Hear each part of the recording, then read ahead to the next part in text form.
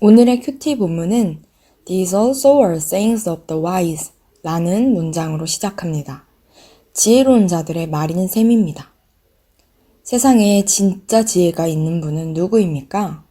철새가 철을 따라 이동하도록 만든 분, 몸속 균들 가운데 유익한 균들을 남겨두어 소화와 면역을 담당하게 하신 분, 수만 가지 다양한 방법으로 생태계가 돌아가도록 만드신 분, 바로 창조주 하나님이십니다.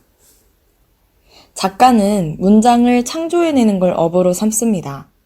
독자들은 자기가 방금 읽은 문장을 작가도 당연히 기억하리라는 착각을 하곤 합니다. 하지만 작가도 사람인지라 자기가 만든 캐릭터의 대사나 지문을 잊어버린다고 합니다. 유명하거나 아주 임팩트 있는 문장이 아니라면 기억 속에서 사라져버리는 게 무리는 아닙니다. 심지어 어떤 때는 예전에 표현했던 문장들을 후회하기도 한다고 합니다.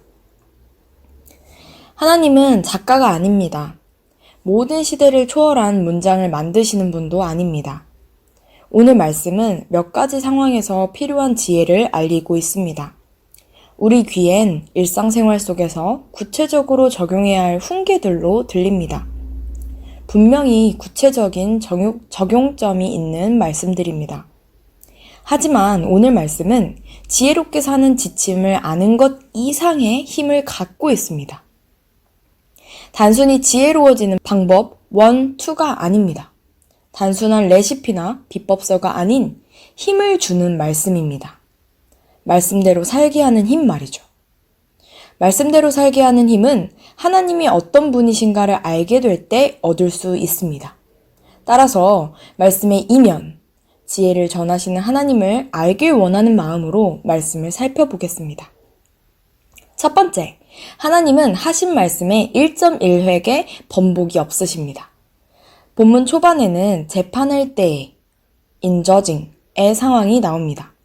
재판 시엔 편파적이어서는 안 됩니다. 외모나 취향, 성, 나이 등은 물론이거니와 학벌, 경제적 능력, 사회적 명망조차도 판결에 영향을 줘서는 안 됩니다. 이 말은 현 시대를 살아가는 사람이라면 누구도 반론을 제기하지 않을 겁니다. 하지만 재판의 피고인이 나라면 분위기는 사뭇 달라지게 되죠. 이 땅에 사는 사람 모두에겐 하나님이 판결하시는 심판이 있습니다. 그 심판대에서 하나님은 어떤 판결을 내리실지 오늘 말씀으로 확인할 수 있습니다.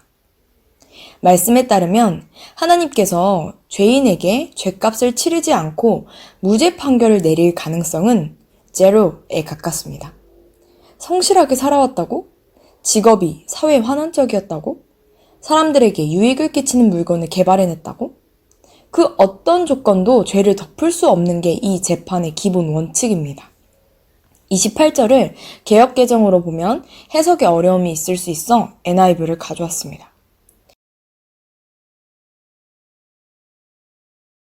아무런 이유 없이, 근거 없이 이웃에 대해 잘못 증언하지 말라는 말입니다. 위증을 금하고 있습니다. 이 말씀 또한 하나님의 심판에 여지없이 적용됩니다. 그렇다면 우리가 하나님 앞에서 의인으로 판결받게 된 근거는 어디에 있습니까? 예수님의 잘못된 증언도 아니요, 하나님의 모르는 척 눈 감음도 아니라는 말입니다. 예수님께서 완벽하게 죄값을 치르셨다는 것만이 유일한 무죄 판결의 비결이 됩니다. 두 번째, 하나님은 하신 말씀을 완벽하게 기억하십니다. 잡초와 가시덤불이 무성하고 돌담도 무너져버린 밭을 떠올려 봅시다. 아무리 시기적절하게 농부가 씨앗을 뿌릴지라도 잡초와 가시덤불, 돌이 가득한 밭에서는 열매를 기대할 수가 없습니다. 밭에 관한 말씀은 수년이 흐른 뒤에 예수님께서 또 언급하십니다. 그때에는 우리의 마음을 밭에 비유하여 하나님의 나라의 원리를 가르치셨습니다.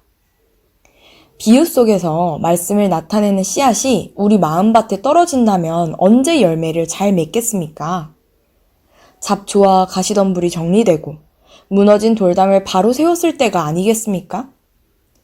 예수님의 말씀에 따르면 잡초, 가시덤불, 돌은 세상의 염려와 유혹, 욕심, 예수님이 우리의 뿌리가 곧 주인이 되지 못하게 막는 여러 요소들을 의미합니다.